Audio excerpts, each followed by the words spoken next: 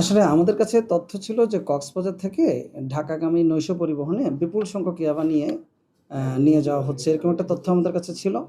যার কারণে আমরা ৮টা থেকে কিন্তু আমাদের চেকপোস্ট শুরু করেছি। আপনারা জানেন যে বৃষ্টির মধ্যেও কিন্তু আমরা বাস টার্মিনালে আমাদের চেকপোস্ট অব্যাহত রেখেছি। এর মধ্যে একজন যাত্রীও আমাদেরকে ফোন দেয় থানায়।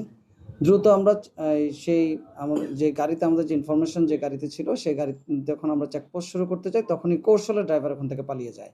বাট হেল্পারকে আমরা হাতে নাতে জিরো করি এবং তার দেখানো মতে সিটের নিচ থেকে C45 সিটের নিচ থেকে আমরা ৯২,০০০ পিস ইয়াবা পাই।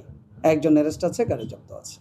আচ্ছা, এই ইয়াবাগুলো কোথা থেকে আনছে আর কারা আনছে, এর পিছনে কারা জড়িত আছে এই বিষয়ে জানতে পেরেছেন তিনি?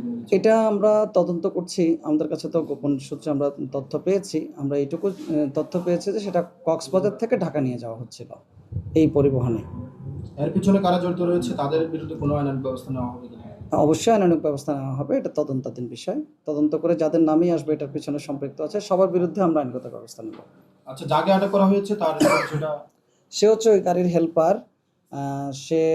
তার নাম হচ্ছে রাতুল ইসলাম, বাড়ি হচ্ছে সিলেট। তারা গতকালকে রাত্রে ২টায় আরামবাগ থেকে রওনা দেয়, এখানে এসে পৌঁছে দুপুর ১:৩০ এবং রাত্রে আবার তারা চলে যাচ্ছিল কক্সবাজার থেকে এই ইয়াবাগুলো নিয়ে ঢাকায়।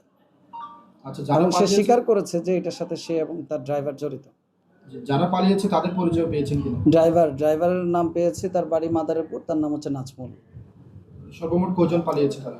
ড্রাইভার পালিয়েছে, হেল্পার অ্যারেস্ট আছে। আর ওখানে ওই প্যাসেঞ্জার ২৪ জন যাত্রী ছিল। রওনা দেওয়ার আগেই মূলত আমরা তাদের ধরে ফেলেছি, এই হেল্পারকে আর কি। আপনি তো দীর্ঘদিন আগেও কক্সবাজারে ছিলেন। টেকনাফ রুটটা ব্যবহার করে বাসের বিভিন্ন কায়দায় ইয়াবা পাচার করার নতুন কৌশল এটা ব্যবহার করছে, এই বিষয়ে আপনার কোনো সুনির্দিষ্ট তথ্য আছে কি?